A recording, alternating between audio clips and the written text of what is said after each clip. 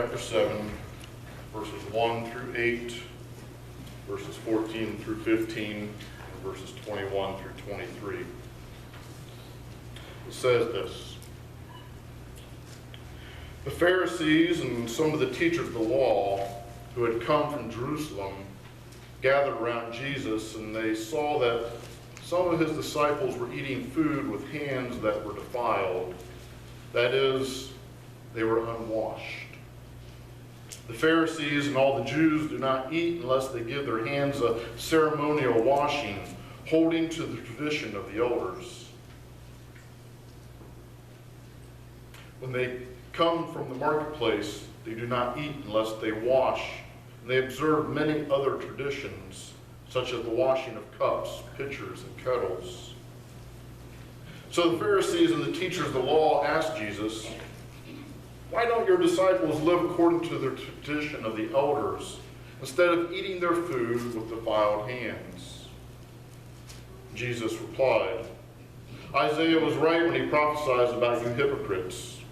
As it is written, these people honor me with their lips, but their hearts are far from me. They worship me in vain. Their teachings are merely human rules. Yet let go of the commands of God and are holding on to human traditions." Again, Jesus called the crowd to him and said, "Listen to me, everyone, and understand this. Nothing outside a person can defile them by going into them. Rather, it is what comes out of a person that defiles them. For it is from within, out of a person's heart, that evil thoughts come: sexual immorality, theft, murder, adultery, greed, malice, deceit, lewdness, envy, slander, arrogance, and folly. All these evils come from inside and defile a person." This is the word of God for the people of God. Thanks be to God. In the opening scene of the play Fiddler on the Roof, you see a fiddler on a roof. And then Tveit walks onto the stage and he points to the fiddler and says, "A fiddler on a roof." Sounds crazy, no? But in our little village, you might say, every one of us is a fiddler on the roof, trying to scratch out a pleasant, simple tune without breaking his neck. It isn't easy. You may ask, why do you stay here if it's so dangerous? We stay because this is our home. And how do you keep your balance? That I can tell you in a word: tradition. Because of our traditions, we've kept our balance for many, many years. Here we have traditions for everything: how we eat, how we wear our clothes. For instance, we always keep our heads covered and always wear a little prayer shawl. This shows our constant devotion to God. You may ask, how did this tradition start? I'll tell you, I don't know. But it's a tradition. Because of our traditions, everyone knows who he is and what God expects of him. You see, traditions for them were important even though they didn't know why or where the traditions came from. But they were important. This fact is seen throughout the whole play. He was a religious man, and he kept the traditions even when they did more harm than good. Let me ask you this morning, before coming to church today, how many of you consumed the news in some way, whether it was by reading a paper or watching it on TV or going to the internet? Anybody? A few of you have, okay. How many of you ate breakfast before coming this morning? A few more did. How many of you have had your cup of coffee or tea this morning already? Okay. How many of you have taken care of one of your pets before coming today? Yep. A little personal one. How many of you took a shower before coming this morning? Okay. Now you know where to sit next week. We all have these little rituals that we go through every morning when we get up. It kind of helps put our day into perspective for ourselves. In other words, for myself, having a cup of coffee in the morning is more than just a shot of caffeine for me. For many of us, it's a whole experience that kind of grounds us into reality. We prefer to believe that the reality we know is predictable, stable, enduring. So we each develop these little routines that we go through each day. And that helps to create that feeling of stability. So for me, making coffee is actually a ritual that says, this coffee and everything I need to make it is here right now. Just like it was yesterday and the day before, and just like it will be tomorrow. Our routines tell the stories that we want to be true. Over time, some of those routines turn into traditions. Many of our most cherished traditions have stood the test of time, and they're woven tightly into the fabric of our community. The problem is, traditions can just as easily tear a community apart rather than building it up. And I think that's what Jesus was getting at in this passage that we're looking at this morning. We know that Jesus' message today was not actually about washing one's hands before eating. The focus of the message was on the inward relationship with God. You see, the Pharisees had become so hung up on their outward trappings of their religion, their customs, and their traditions, that they had the attitude that we've always done it this way, so it has to be right. They were more concerned about outward appearance than with inward practices of their faith. They were knowledgeable about the content of the law, but they were ignorant about the conditions of their hearts.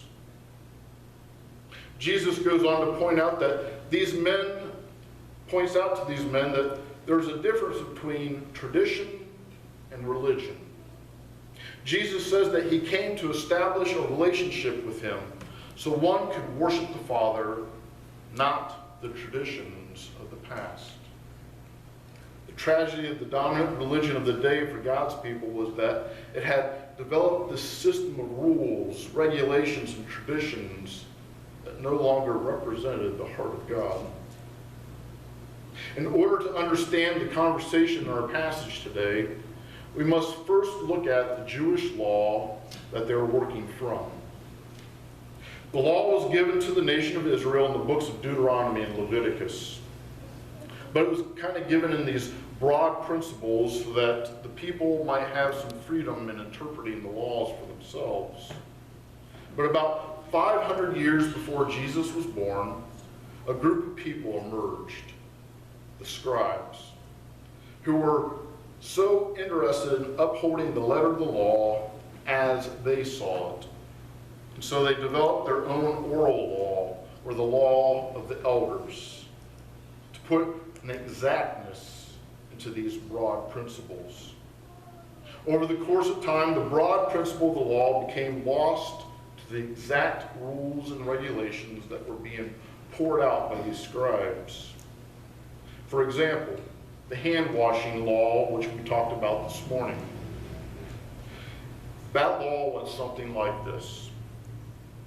Before one ate, one must pour 1.5 eggshells of water over their hands. But not just in any manner, but in this exact prescribed manner. You must hold the hands with your fingertips upward, pour the water over them until it ran down off your wrists.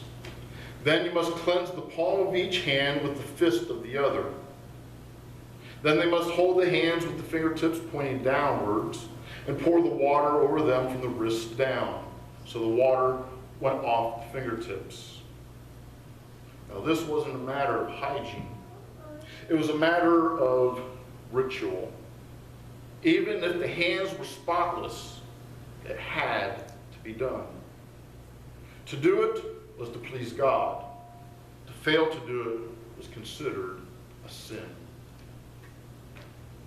Religion became to the scribes and the Pharisees an end to itself. Jesus says to the scribes and Pharisees, "You leave the commandment of God and hold fast the tradition of men." Jesus saw that the law was being used to turn people away from God by being so exact, instead of it being used to bring people to God to see his love and his mercy. Jesus goes on to say that it's not what is outside of a person that makes the person unclean, but it's what in their heart that matters. Jesus saw that religion was being used to escape the true religion, which is the worship of God. The religious leaders were using the law of men to gain respect, position, and wealth over the people. They used the law to have power over people, instead of showing the people how the law can help them to find God in their lives.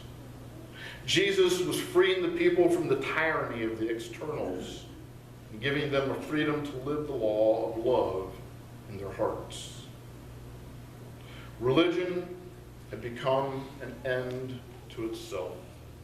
And there are people today who still turn religion into an end, not a relationship with Jesus. Jesus points to two places where our spiritual lives are vulnerable and we enter into dangerous ground for our relationship with God. The first, Jesus addresses to the Pharisees. And the second one, he addresses to the gathered crowd. To the Pharisees, Jesus says about the dangers of lip service and hypocritical worship.